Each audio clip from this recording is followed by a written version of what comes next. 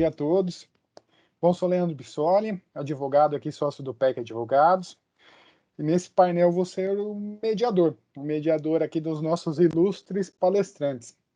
Posso falar que esse painel é extremamente especial, né? Especial, e peço já desculpas para os demais mediadores, para os demais palestrantes, porque melhor momento é impossível para tratar desse tema.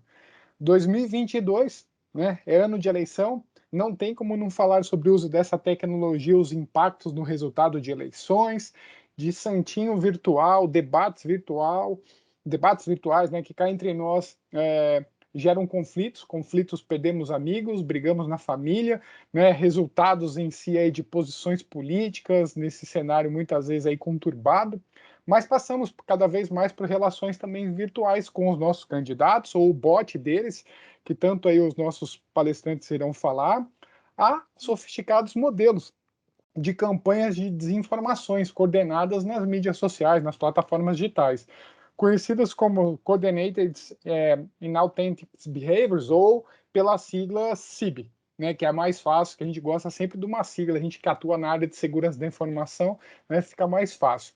Talvez o nome é sofisticado, mas seja muito mais fácil lembrar de casos, né, que vamos falar aqui.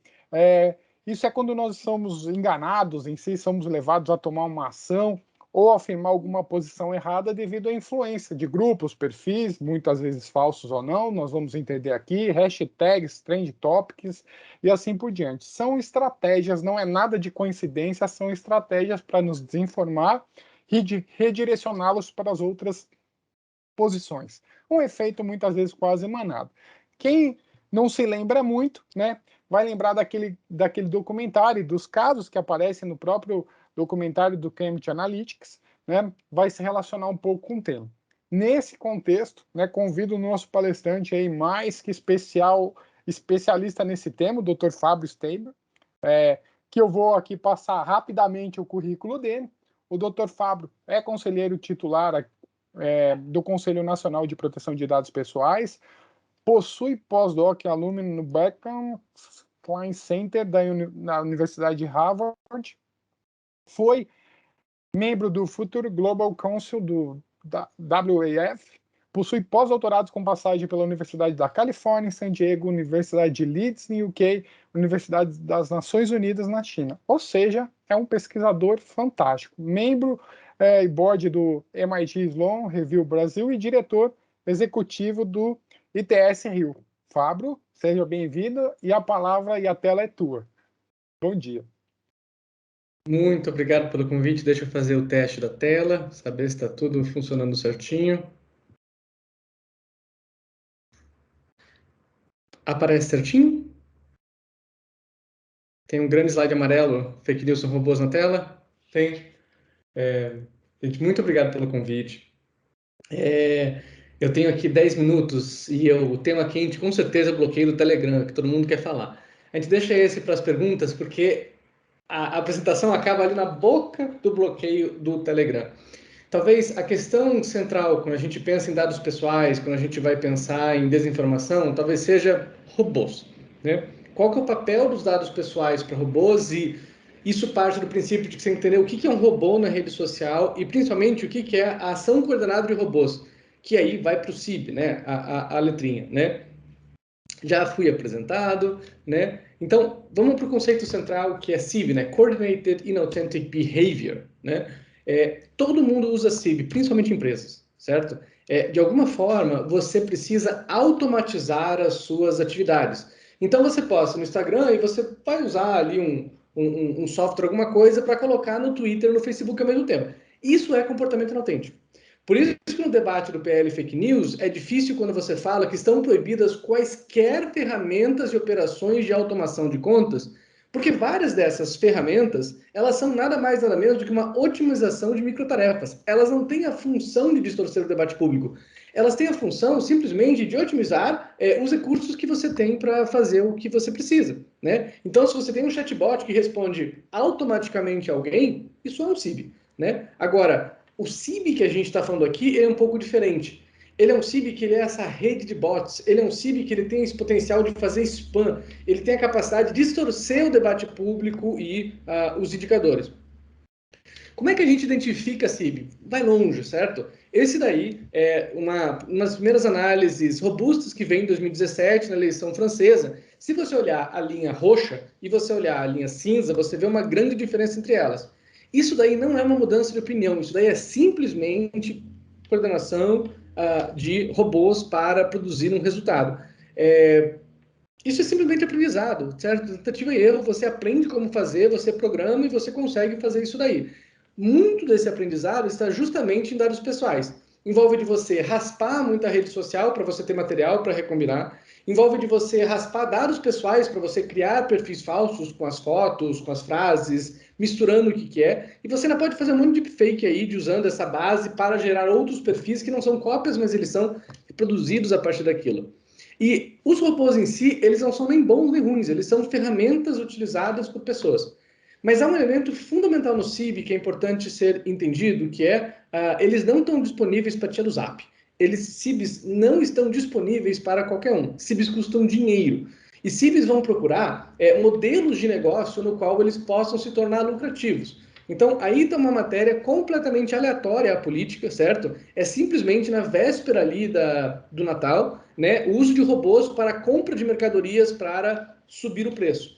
Então, você faz compra de mercadorias que são potencialmente escassas de grande procura, você esgota na concorrência e deixa só seu estoque. Melhor ainda se você pega da concorrência e usa como seu estoque. Isso daí deveria acontecer ali na Mesbla, certo? Em algum momento, quando alguém percebia essa possibilidade. Certeza que aconteceu na Ucrânia comunista, quando você tinha poucas coisas para fazer compra e venda e você tinha uma curta janela de troca. Isso daí na internet, você vai envolver crimes cibernéticos, você vai fazer práticas de comércios, CIB, na verdade, fãs, influencers. CIBs, na verdade, eles são uma ferramenta utilizada, disponível de compra, seja na Deep Web, seja no Google mesmo, se você der uma busca, porque eles funcionam, né? E não há nada que impeça eles de funcionar em todo mundo nesse momento. Eles seriam como se fosse uma característica desse ecossistema que existe ali. Mas há uma diferença muito grande entre quando você une CIB fake news, CIB desinformação ou misinformation, né? Que é alguém está colocando dinheiro com fins eleitorais. E aí isso muda de característica. Porque não sou eu, Fábio, que quero fazer uma carreira de influencer e preciso mostrar para o meu patrocinador que eu tenho 100 mil seguidores que estou usando o CIB. Eu estou, na verdade, utilizando isso de uma escala muito industrial. E aí eu acho que essas são imagens, uma das primeiras matérias da Folha de São Paulo sobre o tema, aonde lá em 2018 você começava a registrar no Brasil a presença de fábricas de cliques, né, os click farms, aonde você basicamente pega um monte de celular, você cria scripts para usá-los de forma coordenada e com isso daí você, e vários SIM cards, essa era uma caixa de SIM cards que estava sendo disponibilizada, você começa a fazer comportamento inautêntico em massa. Se você entrar numa dessas empresas do Google que promete fazer 10 mil distribuições com R$ 2, alguma coisa assim, grande chance de que elas estão utilizando essas fazendas, se não forem elas mesmas que supram essas fazendas. Lembrando que isso daí pode ser, estudos mostram que grandes lugares para você contratar isso daí é Índia, Tailândia e tem mais um país, que são grandes lugares conhecidos por terem essas fazendas de clique. Você nem precisa estar no Brasil, você pode fazer comércio exterior. E o CIB, ele vai se confundir muito com a organização orgânica da sociedade. Então, tem os fansbot, né? Esse daí são os da Anitta, né? É uma matéria muito legal que saiu, né? 40 votos diários meus estão garantidos todo dia no Fanbit de Coca. Tem meu CPF, óbvio, da minha mãe, do meu pai, da minha irmã. Vocês já entenderam aí como é que eu conseguiria, com o script, automatizar isso daí?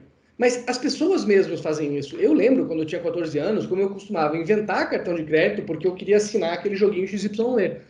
Isso é meio orgânico. Isso não é exatamente algo que vai distorcer, por quê? Porque há uma assimetria aqui de poder. A capacidade do WhatsApp, do Mastercard, do Facebook, de quem for, descobrir que eu estou tentando enganar o sistema é muitas vezes maior do que a minha capacidade de enganá-los. Pode ser que eu faça um desenho ruim. Aí tem bons vídeos mostrando como as primeiras eleições do BBB eram facilmente influenciadas por bots e hoje não são mais. As da Record ainda são, pela última análise que eu vi. Quem detecta bot tem uma altíssima capacidade de conhecer esses padrões, ainda mais com inteligência artificial. Agora, quando a gente entra para eleições, esses padrões eles não tão fáceis de ser identificados. Então aí estão dois eventos, digamos assim, que tomam o debate eleitoral e que eles são apoiados por ações inautênticas. Do lado direito, você tem a Merkel, né, e você tem uma foto dela, e aí circulou-se, ou promoveu-se profissionalmente, através de CIBs, uma informação de que a Merkel teria tirado foto com um terrorista. Né? Foi admitido depois, e a mesma coisa do kit gay de Bolsonaro. Independente da existência ou não, do que você acha ou não, o lugar desse debate no debate público, ele foi impulsionado por bots e a pesquisa sobre isso. E o que está central aqui é que isso daqui tem impacto.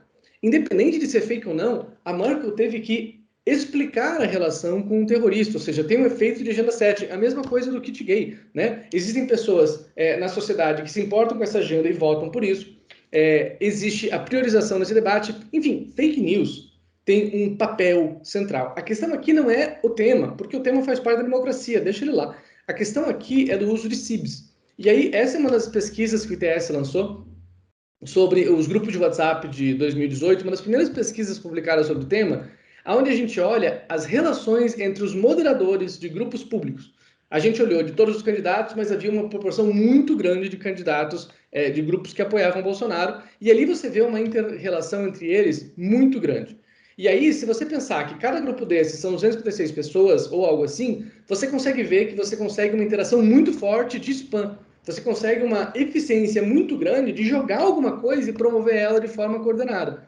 O CIB, ele vai mais ou menos nisso. Agora, essas pessoas, moderadores, é certo que elas são pessoas, elas não são bots. Então, o CIB, ele tem um efeito onde você vai combinar pessoas e você vai combinar ações automatizadas. Não muito diferente da sua empresa, que usa daqui a pouco para você botar no Twitter e ele botar no Instagram e no Facebook junto.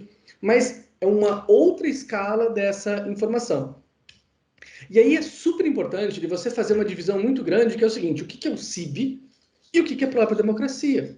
Então, do lado direito, está uma das primeiras matérias do New York Times sobre a fábrica de fãs de influenciadores. E ali no meio você vê uma das análises que são feitas, onde você vê realmente como a distribuição de mensagem no Twitter ela se altera. Durante aquele período de tempo, está claro, visível ali uma rede de CIBs, que vai causar um aumento de interação ou distribuição de uma mensagem. Isso é completamente diferente de outro vídeo que se tornou viral, que é Eu Sou o Robô do Bolsonaro, né? Onde você tem pessoas que elas gravaram, elas estão fazendo o que elas acreditam.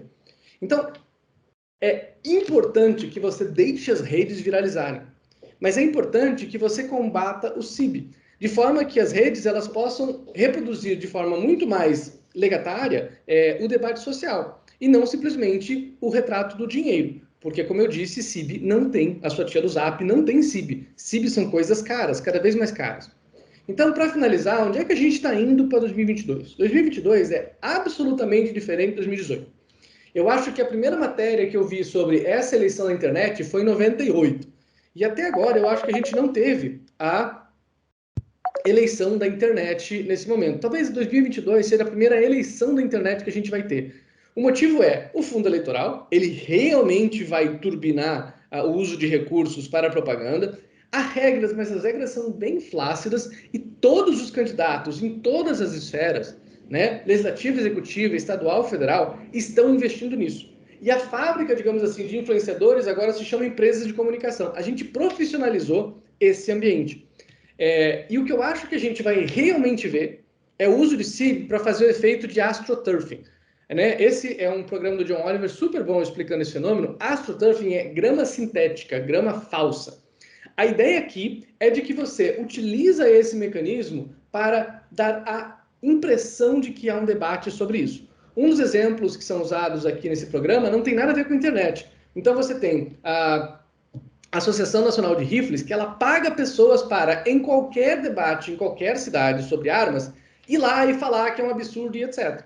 Não tem nada a ver com a internet, tem a ver com espaços cívicos de democracia participativa. Mas você financia uma rede coordenada para que aquilo aconteça. E é inautêntica porque aquilo não tem a ver com expressões da sociedade, tem a ver com expressões do dinheiro.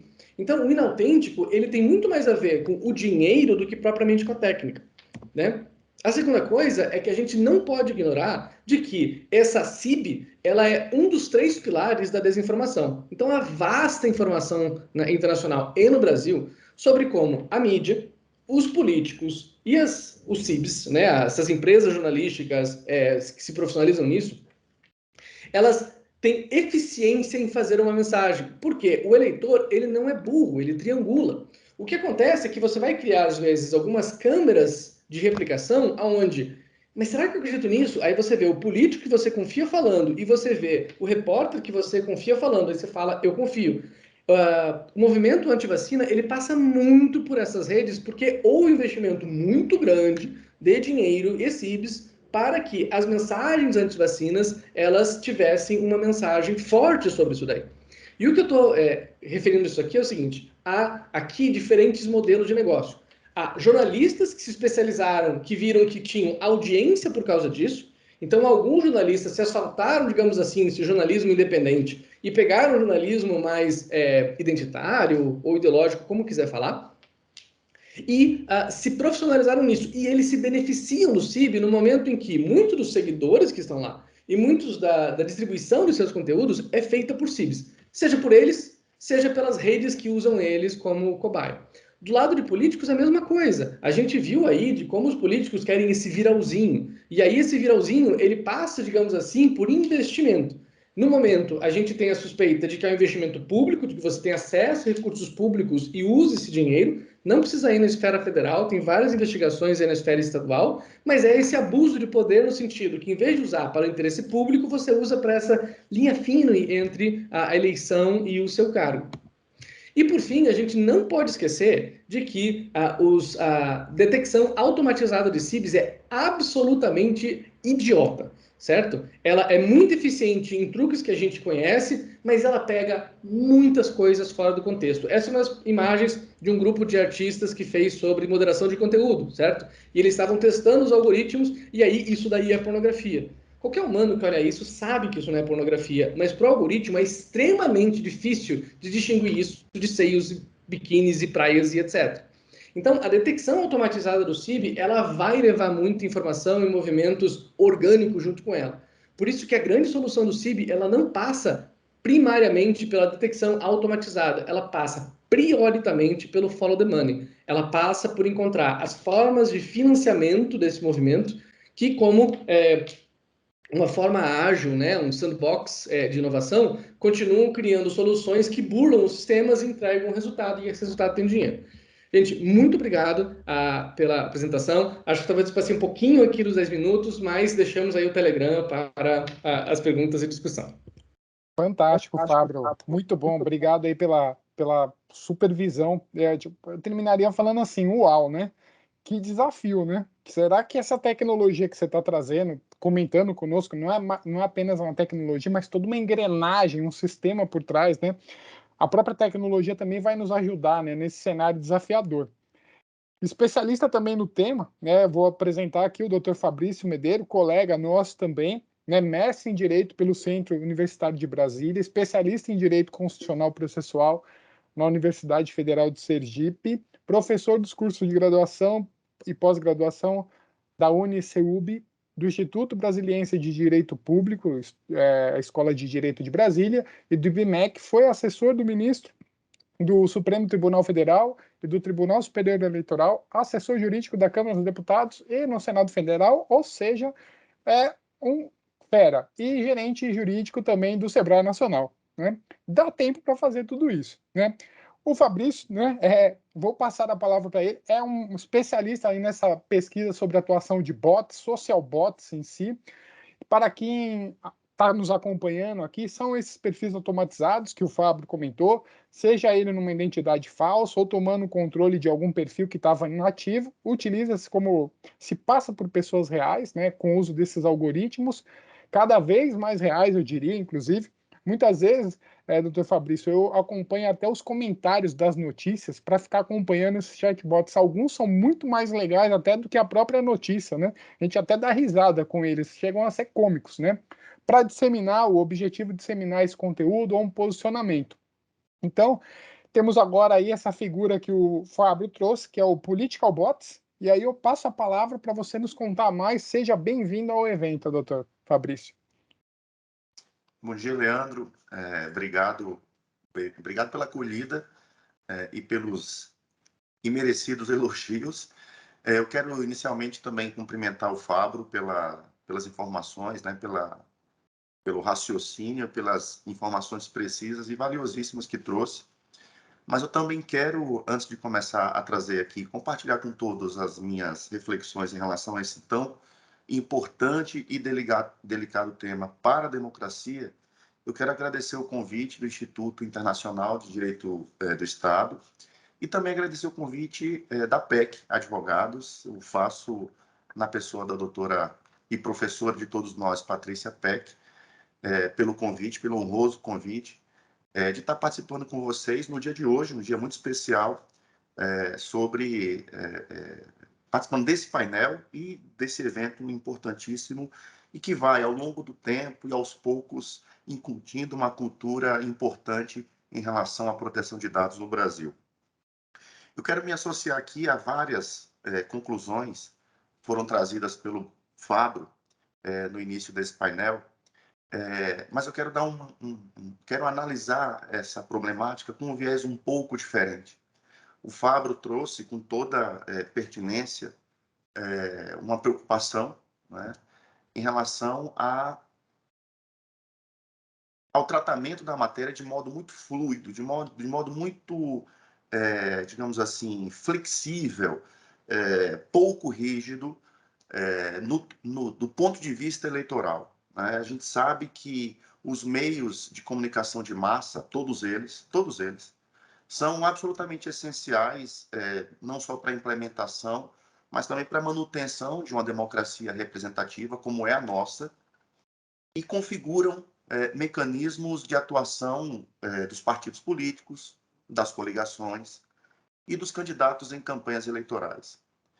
No tocante às campanhas eleitorais, o efeito danoso desses bots, né, é a criação de bolhas, a criação de cercadinhos que terminam polarizando em excesso o debate político e, além disso, criando um ambiente extremamente hostil para o surgimento de ideias que que não possam ser colocadas no escaninho desses polos que se antagonizam durante esse debate, que é completamente artificializado por meio dos robôs.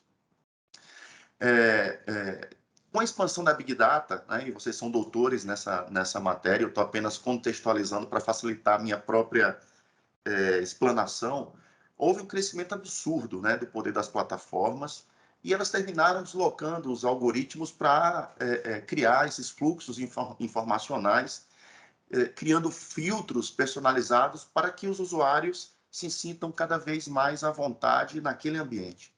E é exatamente isso que faz com que nós tenhamos esses nichos, né, esses cercadinhos, me permitam chamar assim, que são extremamente polarizados, que são extremamente antagônicos, trazendo uma segregação ideológica que é absolutamente danosa para a democracia.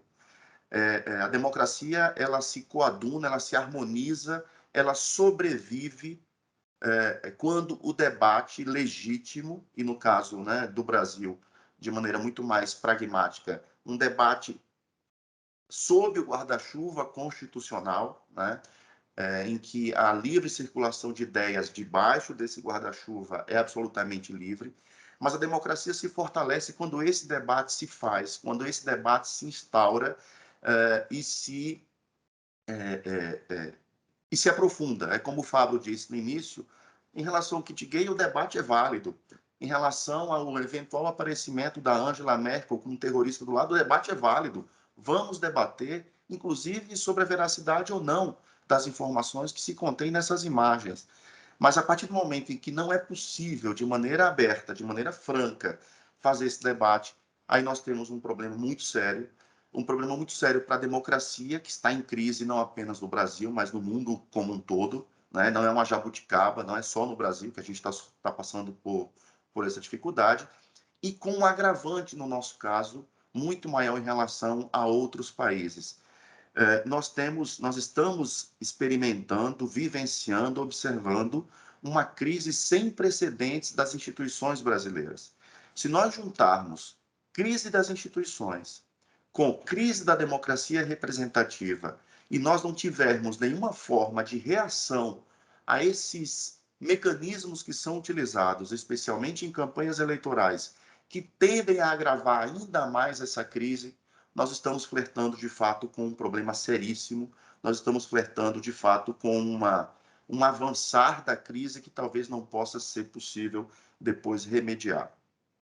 Como foi dito nesse painel, nós temos um problema grave no tocante à falta de regulamentação, aliás, perdão, de regulação.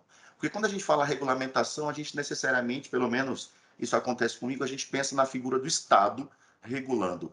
Aqui, a proposta mais adequada me parece ser uma regulação que parta especialmente, principalmente e especialmente, né, principal e especialmente, parta da sociedade civil, juntamente com as plataformas, juntamente com os pesquisadores, mas é preciso criar formas para se regular, de alguma maneira, a utilização desses robôs.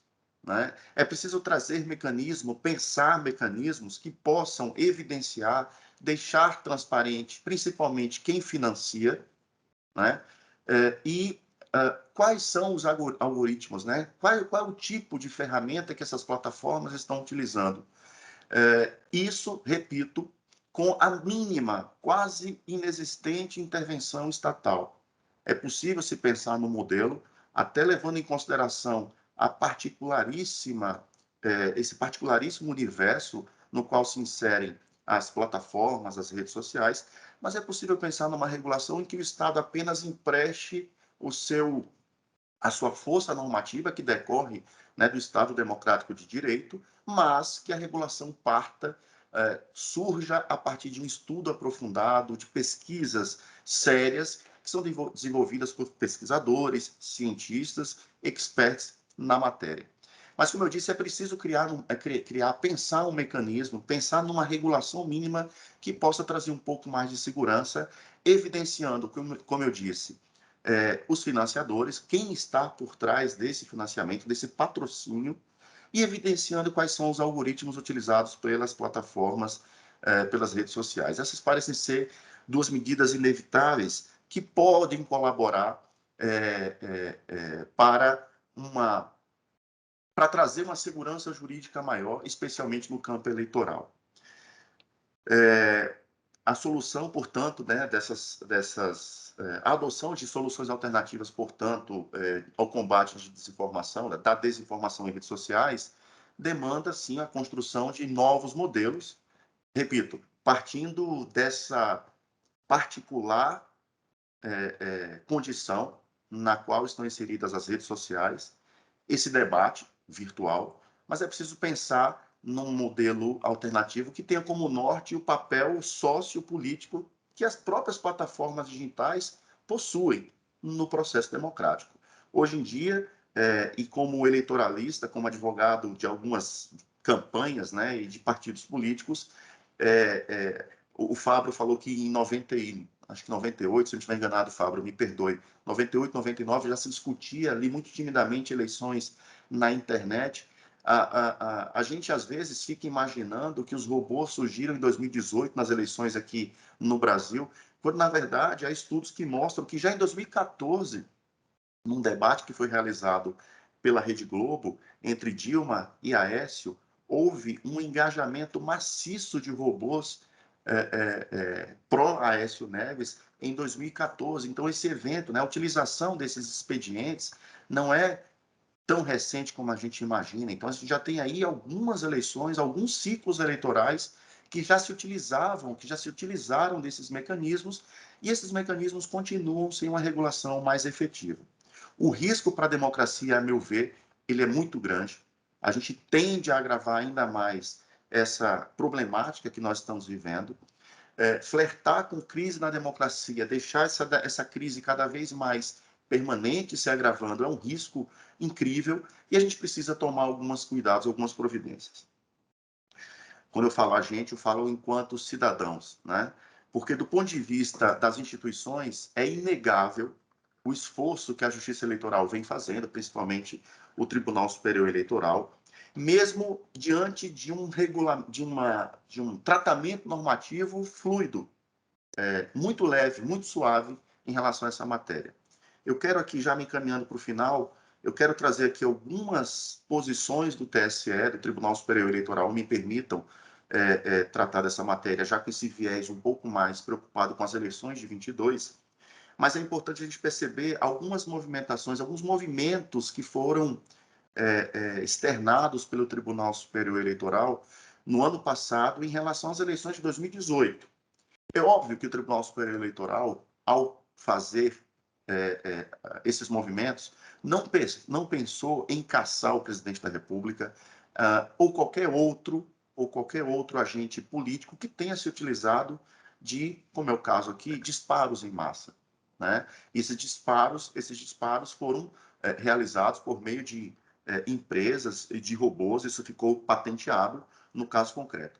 Mas o Tribunal Superior Eleitoral, ao analisar uma ação de investigação judicial eleitoral, deixou patenteado, mesmo à míngua de uma normatização muito mais evidente em relação à utilização de robôs, disparos em massas, enfim, criação de ambientes virtuais, criação artificializada de ambientes virtuais que tendem à polarização e à divulgação de fake news, de notícias e informações falsas, o tribunal deixou patenteada a possibilidade de responsabilização do candidato, do partido político, que viesse utilizar desses mecanismos. Então, de fora parte a possibilidade de responsabilização daqueles agentes que vão tratar dados à luz da LGPD, o próprio Tribunal Superior Eleitoral já deixou anunciada a possibilidade de aplicação para as eleições de 2022 de teses que podem sim levar à responsabilização de candidatos que se utilizem desses mecanismos para fins danosos ao processo eleitoral e à própria democracia. O tribunal entendeu isso existe um princípio do direito eleitoral que é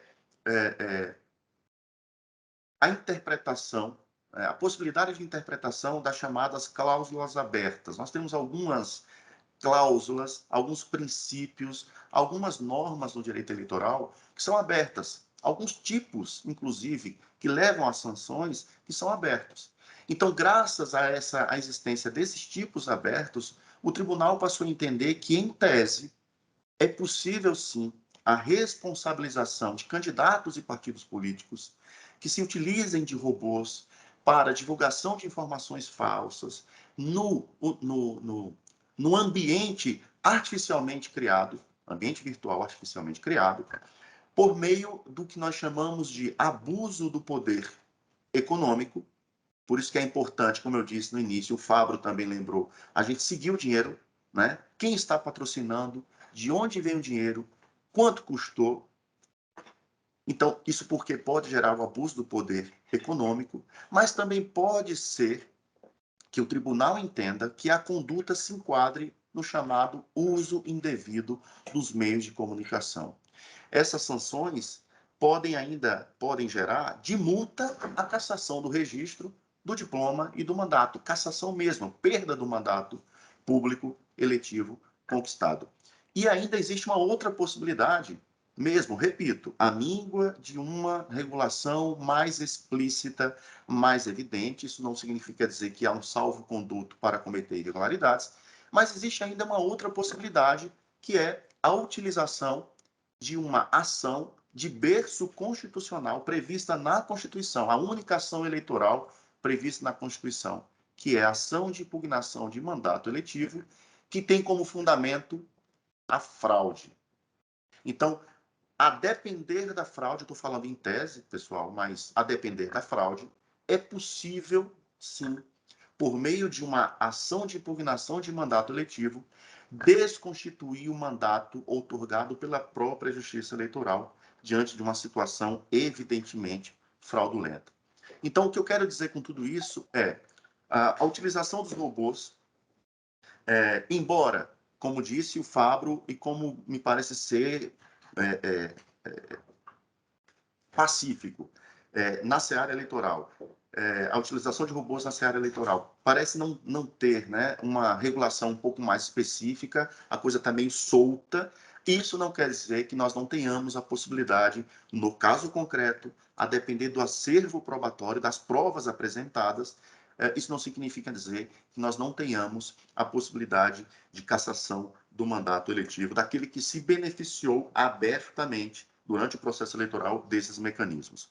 O que se pretende no processo eleitoral, seja ele qual for, é o debate aberto, livre, das ideias, das propostas, e o ambiente virtual é um ambiente propício para isso, desde que nós tenhamos uma regulação mínima, uma forma de maneira transparente, poder verificar quem está por trás do financiamento e quem está e quais são os algoritmos utilizados pelas redes sociais, para que nós tenhamos condições de saber se o ambiente ele é artificial e, portanto, hostil ou não.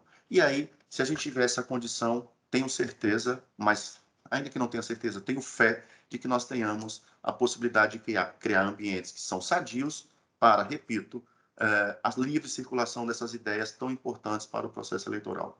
Então, Leandro, em suma, essas reflexões eu gostaria de trazer e me colocar à disposição de todos, mas não se antes agradecer mais uma vez, penhoradamente, o convite, as palavras, a acolhida e a oportunidade de debater esse tema tão importante e tão delicado para a nossa democracia. Doutor Fabrício, você foi fantástico com as suas colocações e além do tempo, porque assim você acabou matando a minha pergunta que eu ia passar exatamente sobre a preocupação do TSE no que diz respeito aos votos. Você já antecipou ela e já matou. Obrigado, porque a gente já sabe que já estourei além do tempo. A Sandra aqui até apareceu. Fábio, fantástica a sua apresentação. Eu vou sugerir aqui para a Thaís, a nossa responsável pela comunicação, que ela faça uma captura sua especial falando do Telegram, que você mesmo já jogou a semente já desse tema em si, né? Agradecer também a sua participação. E se você puder só finalizar, talvez aqui para o pessoal e para todos em si, o que essas Big Techs, e aí pegando um pouco do que o Fabrício trouxe, como essas Big Techs estão tratando dos CIBs? Porque vamos pegar dos últimos 2 anos para cá, o Meta, o antigo Facebook, está buscando trazer uma transparência, apresentando alguns relatórios. O que você acha? É suficiente isso? Só um spoiler em si, mas depois eu vou pedir esse complemento para a Thaís com você.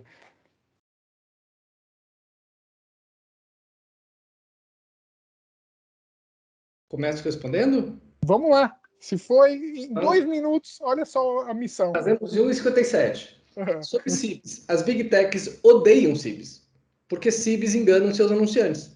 Então, se você olhar a indústria de fake ads, ela é extremamente lucrativa e ela frustra a Disney, a Coca, todo mundo. Então, a briga com CIBs é muito séria dentro das Big Techs, simplesmente porque isso destrói o modelo de negócio delas, reduz a credibilidade.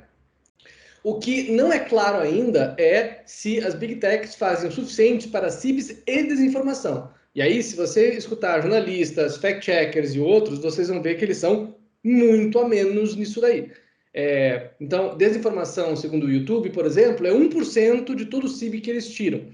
Mas esse 1% na democracia é bastante coisa. Então, há um debate aí. Sobre o Telegram, algumas coisas a gente tem que saber. Primeiro, é inútil bloquear o Telegram. A lição básica é Rússia, certo? O Telegram foi bloqueado na Rússia. O que o Telegram fez? Ele contratou o serviço para ser previsto por Amazon, IBM e todos os outros. Você não pode bloquear a Amazon. Isso gerou que o Telegram basicamente ficou no ar, no celular das pessoas.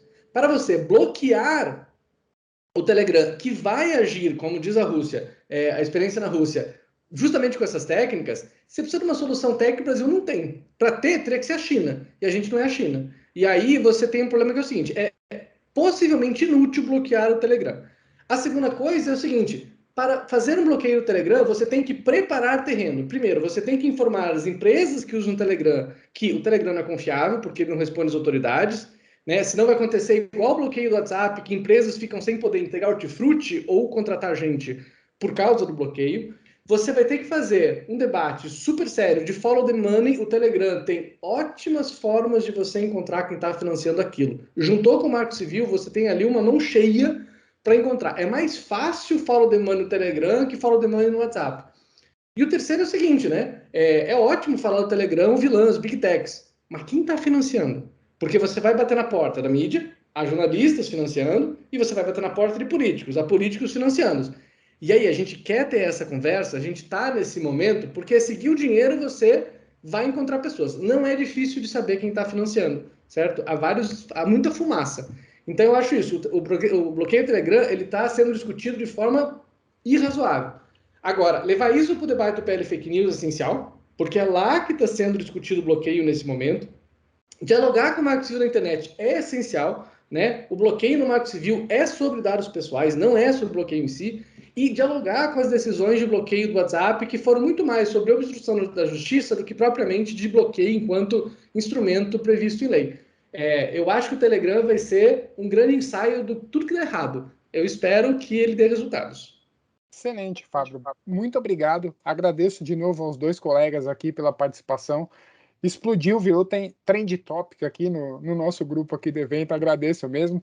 Puxa, agora aqui a Sandra também, sócia aqui do escritório, que vai ser a mediadora do próximo painel. De novo, agradeço, boas agendas para vocês, boa sexta-feira, Dia Internacional aí da Segurança da Informação. Muito obrigado, pessoal. Tchau, gente, bom dia.